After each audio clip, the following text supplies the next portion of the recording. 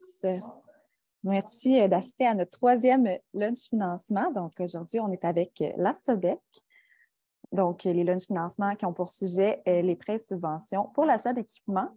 Merci d'être au rendez-vous pour ceux qui nous suivent depuis 3 semaines. S'il y en a des nouveaux, bien, bienvenue pour ce lunch financement. Donc, cette série de présentations s'inscrit dans l'accompagnement en amont d'une délégation québécoise à ETMA. Cette mission de veille technologique est une initiative concertée par CSMO Textile, Vextec Pro, Technitextile Québec, Groupe CTT et la Grappem Mode. Donc, on a la chance aujourd'hui de recevoir Annie Fontaine, chargée de projet en métier d'art de la SODEC, qui va nous présenter le financement et le service conseil admissible aux designers fabricants. Donc, je vous laisse tout de suite la parole. Merci beaucoup d'être avec nous aujourd'hui.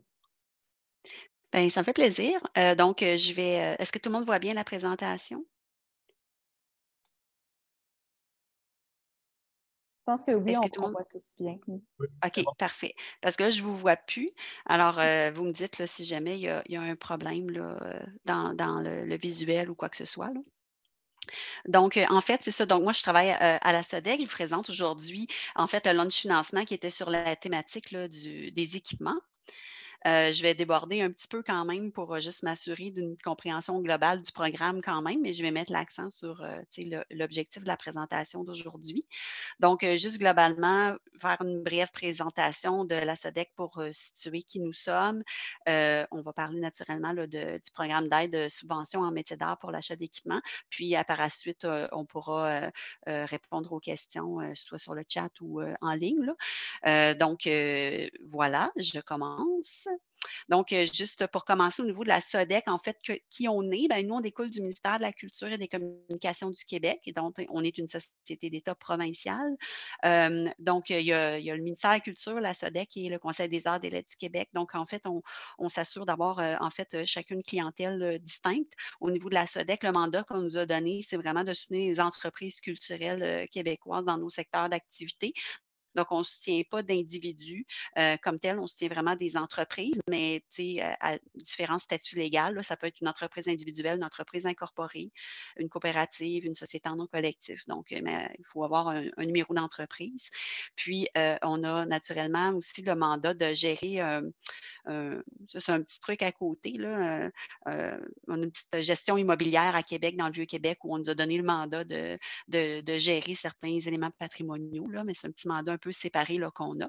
Donc, plus concrètement, au niveau de nos secteurs d'activité, ben, on soutient autant les marchés locaux au Québec que tout ce qui est exportation aussi dans nos secteurs. Pour nous, l'export, c'est tout ce qui est hors Québec, finalement. Donc, plus concrètement, nos secteurs d'activité, ben, il y a l'audiovisuel qui est souvent bien connu, là, donc tout l'univers du cinéma, donc soit la scénarisation, production, distribution.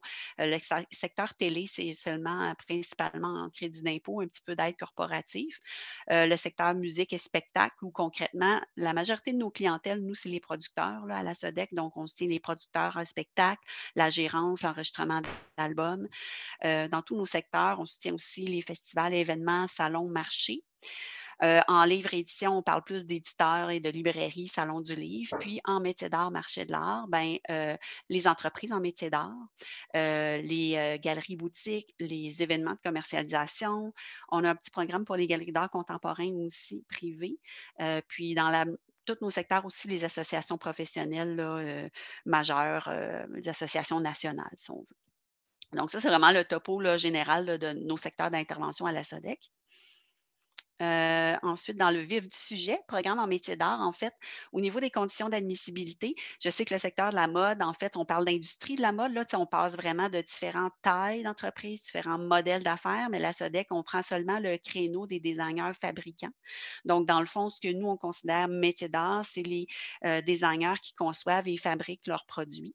Donc, ils doivent posséder un atelier puis avoir le savoir-faire en conception, production de leur collection.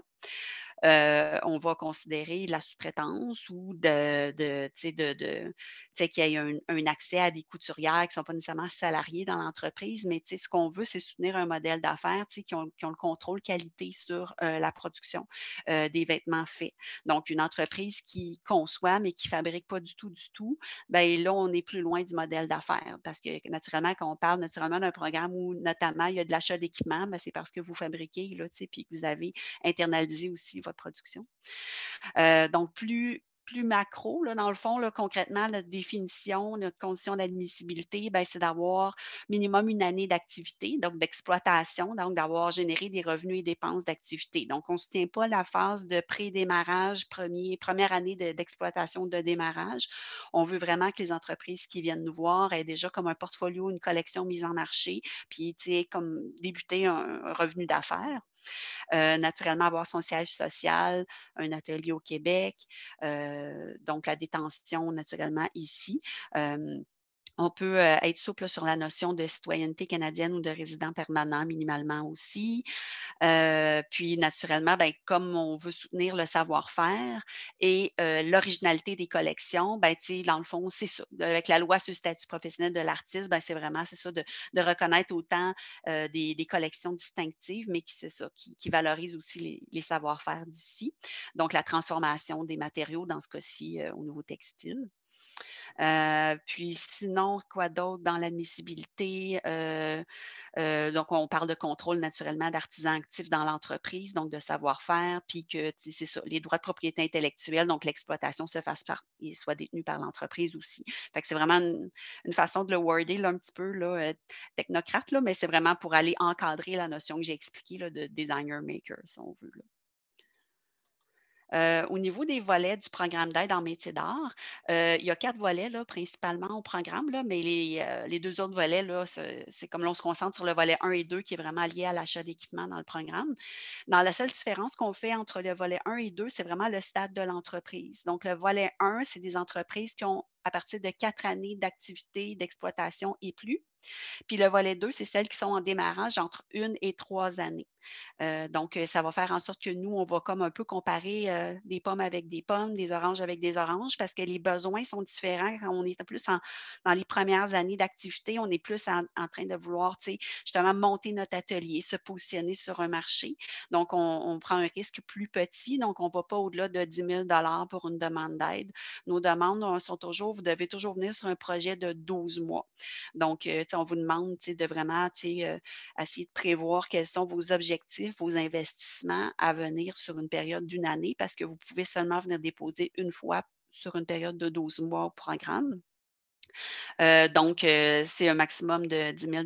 On demande un coût de projet total d'un minimum de 5 000 pour pas avoir c'est à ce que quelqu'un vienne pour un petit besoin, puis tu sais, qu'on accorde un petit montant. Fait que, tu sais, en ayant un budget total d'un minimum de 5 000, bon, ben, vous pouvez venir chercher comme la moitié de ça parce que là, dans la slide suivante, je précise là, qu'à la SODEC, on est toujours à 50 des demandes, donc en subvention. Donc, on est là vraiment pour partager les investissements ou le risque avec vous. Donc, on ne va pas au-delà de cet apport-là. Donc, en demandant un maximum de 5 000, en présentant un maximum de 5 000 de dépenses présentées, ben, vous pouvez vous assurer de pouvoir aller demander jusqu'à 2 500 Fait que pour nous, on considère que c'est un montant de subvention minimum. Donc, c'est vraiment là, dans le volet 1 comme dans le volet 2, vous ne pouvez pas venir en bas de ce montant-là là, pour le maximum des dépenses présentées au projet. Puis ensuite, au niveau des entreprises du volet 1, donc qui ont plus de 4 années d'existence, ben, on peut aller jusqu'à 35 000 accordés en subvention. Donc, pour avoir 35 000, il faut déposer 70 000 de dépenses. Fait que c'est sûr qu'on s'entend qu'il y a des tailles d'entreprise là-dedans aussi, des capacités très différentes aussi. Il y a toujours 2 dates de dépôt par année. Fait que vous choisissez celle qui vous convient le mieux dans vos étapes ou dans lesquelles vous êtes prêt à venir. Donc, c'est une ou l'autre. Donc, il y en a eu une là, qui s'est terminée la semaine passée, puis la prochaine, elle est fin octobre. C'est toujours à peu près avril et octobre, nos 2 périodes annuelles. Puis, comme je disais, ben, c'est une subvention par année, un dépôt par année. Naturellement, là, pas parce que vous venez qu'on vous soutient automatiquement. Là. Nous, on fait naturellement une évaluation, un comparatif. On soutient à peu près 70 à peu près des demandes. Alors, c'est quand même une bonne moyenne quand l'entreprise puis le projet se positionnent bien. Principe du programme, dans les dépenses admissibles, comme je l'ai mentionné plus tôt, ben, on est à 50 des dépenses présentées qui sont admissibles. Donc, parmi la liste des dépenses qui peuvent être présentées, donc c'est toujours à partir du moment où vous déposez la demande. Donc, on ne peut pas, par exemple, faire des remboursements sur des dépenses déjà réalisées. Vous venez nous présenter les choses à venir au cours des 12 prochains mois pour, en fait, arriver à réaliser vos objectifs. Alors, au niveau des équipements, ben, on est vraiment dans améliorer puis développer les moyens de production. Fait qu'on va considérer les postes de dépenses qui sont naturellement peut-être les plus élevés dans vos investissements sans aller dans des dépenses de fonctionnement, de de loyer, par exemple, ou de coûts de chauffage, là. Donc, on va dans l'achat et la modernisation d'équipements, dans l'intégration de technologies. Donc, dans le fond, les gens dans certaines disciplines vont venir, par exemple, des fois pour intégrer des machines à commande numérique, par exemple, ou des CNC ou des imprimantes laser et tout ça. En mode, peut-être que c'est un peu moins fréquent. Là, je le vois peut-être un peu moins, je n'ai pas d'exemple en tête. L'installation de santé et sécurité au travail dans l'atelier, donc dans certains cas, la ventilation des poussiéreurs si nécessaire, la matière première, puis la main-d'œuvre et la sous-traitance, mais limitée à 25 du coût total du projet parce qu'on ne peut pas soutenir là, juste une demande pour un salaire, par exemple. Si on veut vraiment soutenir un ensemble d'effets leviers, finalement. C'est pour ça qu'on est limité. Ça va assez vite là, d'effrayer un salaire ou une sous-traitance ou un contractuel. Là. Donc, on veut vraiment là, le prendre en compte, mais de façon limitée. Là, j'ai mis quand même l'information sur la commercialisation aussi parce que ça fait partie des éléments admissibles, même si ce n'était pas la commande là, pour la présentation d'aujourd'hui. On peut aussi vous soutenir là, dans les dépenses qui vont considérer des dépenses publicitaires, des stratégies, des frais de publicité, des honoraires de gestion, par exemple, de vos médias sociaux, une boutique en ligne, la refonte d'un site web, des frais de graphisme pour revoir, par exemple, votre logo, votre image, la conception, fabrication de stands d'exposition. Fait qu'on ne va pas dans des dépenses vraiment comme d'impression ou des dépenses là, qui sont plus récurrentes, mais c'est vraiment les dépenses peut-être un petit peu plus structurantes. Donc, c'est vraiment là, un résumé là, des dépenses là, principales qu'on peut accorder. Puis, si on veut donner des exemples concrets de ce qu'on ne considère pas, ben, quand on parle au niveau de la production, ben là, c'est ça, on ne prend pas les frais, par exemple, vous achetez un équipement, il y a des frais, on peut prendre les frais, par exemple, d'installation, les frais de transport de l'équipement, mais on ne prendrait pas les frais de dédouanement, par exemple, si ça vient de l'étranger. Les frais de fonctionnement, je l'ai mentionné, puis les frais d'administration. Donc, on va vraiment dans le cœur des dépenses, si on veut. Puis en commercialisation, ben là, c'est ça, les dépenses là, comme ponctuelles. Des fois, vous pouvez faire des, voyons, des défilés de mode. Donc, ça, on ne va pas là-dedans, là, des frais de vernissage, de lancement, tout ça. On n'est pas dans l'événementiel ici, là, fait qu'on peut soutenir, par exemple, un, un photoshoot, mais pas jusqu'à dire là, qu'on se tient le défilé ou vous faites un atelier boutique, vous ouvrez, vous voulez faire ouvrir les portes, par exemple, par une soirée d'ouverture. Là, on ne va pas aux frais de vernissage ou de lancement comme tel par rapport à ça et frais d'impression matériel promotionnel. Donc, on peut soutenir le support, le travail avec le graphiste, mais la déclinaison en multiples exemplaires, là, c'est comme laissé à votre discrétion, là, si on veut. Dans tous les cas aussi, au niveau budget, on ne prend pas les taxes. Donc, il faut les exclure dans les dépenses que vous présentez. Je ne sais pas si je parle trop vite, là, j'essaie d'aller plus rondement pour présenter les choses, puis vous pourrez vous poser vos questions là, pour en revenir à tout ça là, par la suite avec vos questions. Si on parle concrètement de la présentation de la demande, ce qu'on demande à la SODEC, la façon qu'on fonctionne, c'est que naturellement, on veut savoir c'est quoi votre projet. Donc, vous devez expliquer qu'est-ce que vous venez demander sur la période de 12 mois, quelles sont les dépenses, les investissements que vous voulez faire, puis finalement nous expliquer votre contexte, votre situation actuelle, mais il y a aussi ce qu'on appelle le dossier maître qui nous permet d'avoir une idée de qui est le porteur du projet, donc qui vous êtes, c'est quoi votre entreprise, votre chiffre d'affaires, votre activité, votre historique. Donc, au niveau du projet, ben, il va y avoir plusieurs éléments qui vont nous permettre d'encadrer un peu le projet. Donc, on va naturellement avoir le formulaire qui est vraiment des questions qui nous permettent de juste savoir en ce moment quelle est votre situation ou la problématique rencontrée, où vous en êtes, puis finalement, qu'est-ce que vous venez demander à la SODEC, puis en quoi ça va vous aider à remplir vos objectifs là, de la prochaine année. On va vouloir voir naturellement votre portfolio récent, donc soit sur votre site web ou sur des photos, c'est quoi vous faites en ce moment, c'est quoi vos collections. Puis le budget détaillé du projet qui va lister l'ensemble des dépenses admissibles là, dont vous avez parlé dans le formulaire.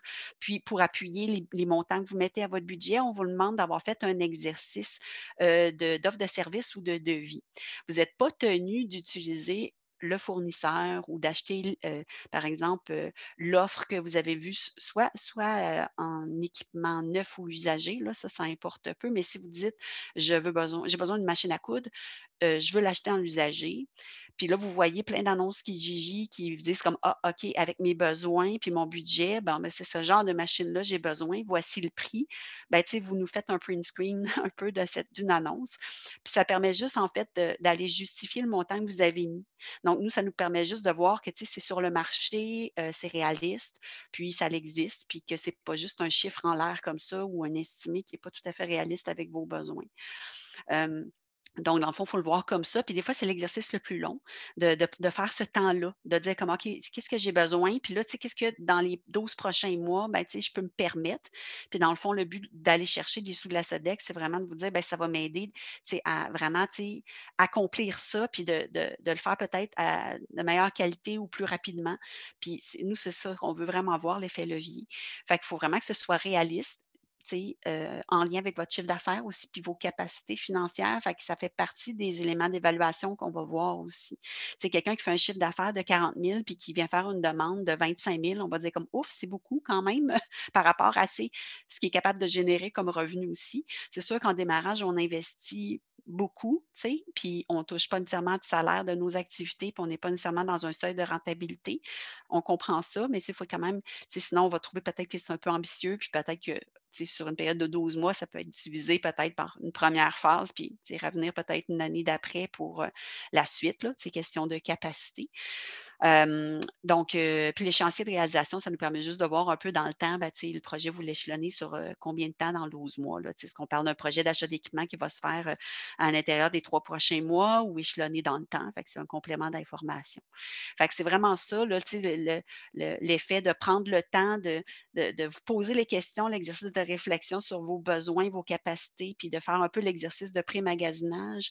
Ben, tu sais, c'est des fois le plus long, puis après ça, ben, c'est vraiment de l'appuyer, de l'additionner au budget, puis c'est une fois que la réflexion, elle est faite pour vous, puis qu'elle est claire, c'est plus facile de nous l'expliquer aussi.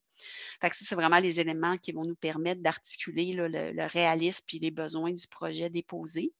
Puis après ça, ben, pour en savoir plus sur concrètement qui vous êtes, ben là, on veut savoir un petit peu, description des activités principales, réalisations. Là, c'est un gabarit SODEC là, dans lequel vous dites un peu l'historique de votre entreprise, puis un peu la mission, la vision de vos activités, de votre marché.